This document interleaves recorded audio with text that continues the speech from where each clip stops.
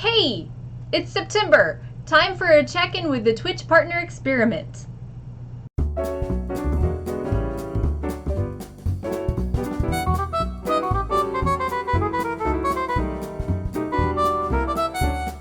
So let's do a review about what the Twitch Partner Experiment is.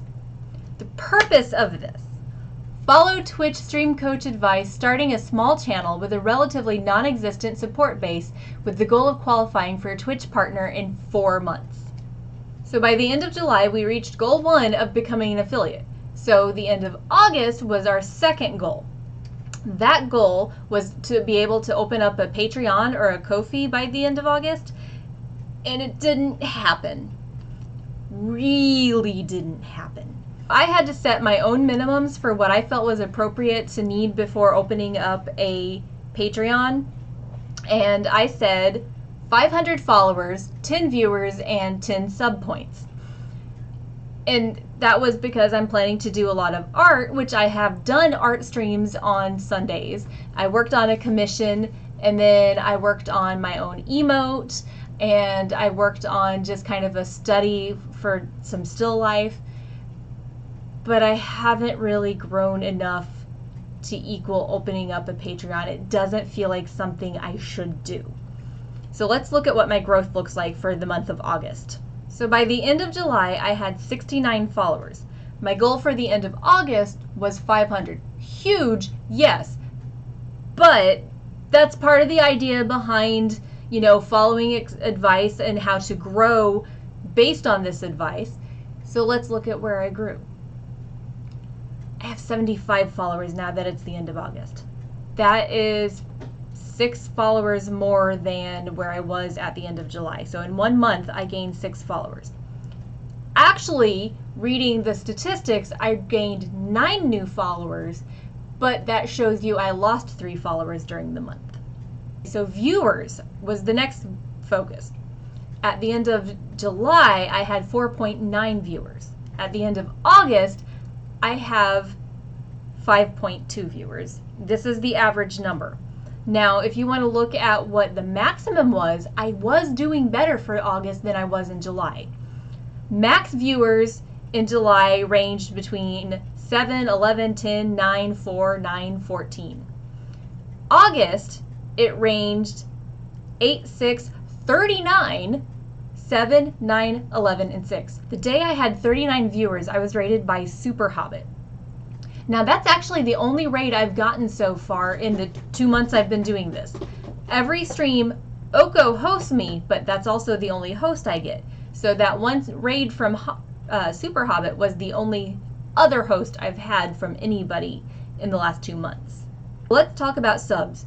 Here we're getting into the money part of things, because I said I'm going to be 100% transparent with my project, so we're talking about the money. I have 6 subs currently. That's really exciting to me. My first sub was actually a regular from Oko's channel who had won a gifted sub to Oko's channel last month, so he chose to use his Prime subscription on my channel this month. I thought that was a really sweet thing that he did, and I totally appreciate it.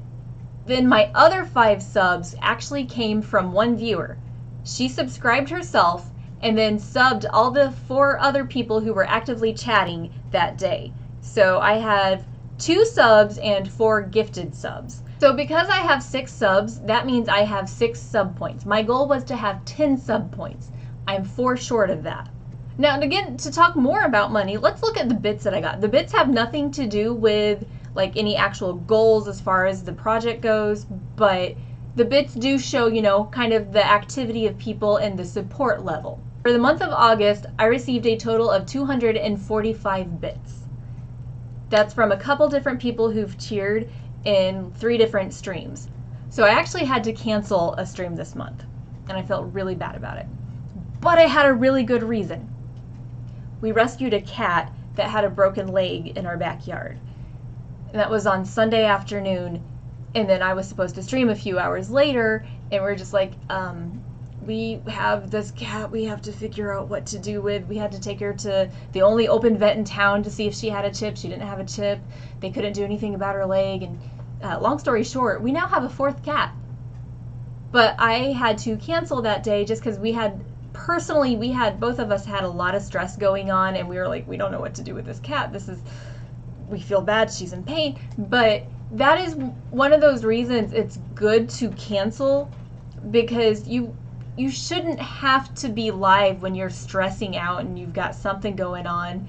It's good to keep a schedule where you're live consistently, but because you keep a schedule, it's easier when you really need to say, hey guys, I need to take today off.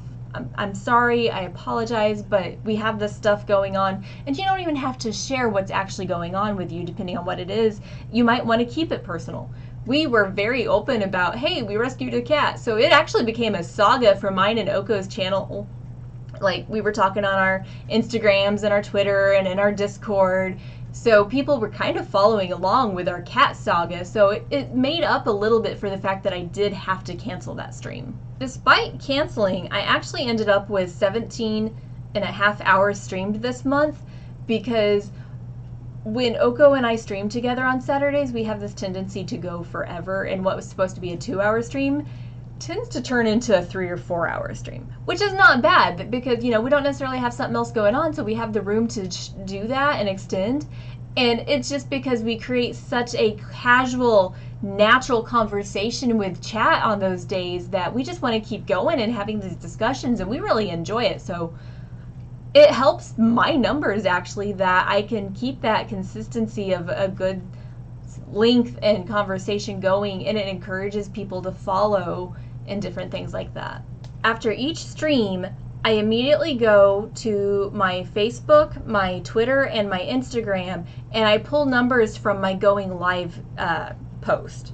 And I see what, during that time that I was live, what was viewed, you know, what might have brought me some views because I had those posted. So I do an Instagram story and a Facebook story, and then a tweet. And usually whatever picture or video I post on the other two, I pull into Twitter as well. Tracking those statistics have been really interesting to watch, and I feel like the Twitter update last month had a huge impact on who sees things on Twitter, because initially numbers were good, and then all of a sudden they're just really skewed and random and all over the place. One thing I've noticed about tracking this is Saturdays, when Oko and I do Coffee Cats and Chat, I have higher interaction on Twitter. And I don't know if it's because of the content or the day. It would be interesting to, I'm not sure how to figure that out. So a quick breakdown of where I am as far as statistics go. I did not make goal number 2. I'm not forfeiting goal number 2. Goal number 2 will just get pushed to the end of September, and we'll see how that works. But because I didn't reach it at the end of August, I will push goal number 2 to the end of September and see if I can open a Patreon or a Ko-fi by then, and I still don't know which one I want. I like Ko-fi because coffee, but I don't know which. Neither of them really seem like really better one than the other, so I'm still trying to figure that out, and I've apparently got more time.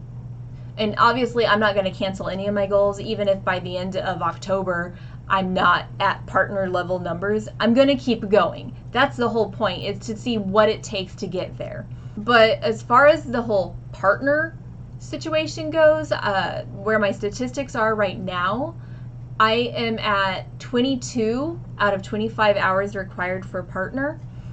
I have streamed 9 out of 12 days required, and I have 5.31 out of 75 viewers required. So I'm still really low, and honestly, this is normal. I expect this. But I'm working on the not norm, because I'm wanting to follow all the advice. One of the things I've really worked on this month is the whole networking thing. I have gotten involved in a couple different communities on Twitch, and I'm active in their Discords, and I'll post when I go live in their, you know, the ones that have the going live channels, I'll post in there as well. The big result of networking and being active in these Discords with these people are that I have gained followers on my Twitter and my Twitch and my Instagram, which is what the big priority in networking is. But beyond just, you know, numbers, I'm getting to know people, and they know my background with branding and marketing, and they've asked me for advice on some things, and I've helped some people with a little bit of advice, and I just chime in on the conversations, and I'm making genuine connections with these people that even if I decided to quit my project, I still have met these people and I enjoy talking to them. So that's the good, genuine networking, where you make friends, but you can grow your channels at the same time. So that's where we are at the end of August, and we'll see where September takes us.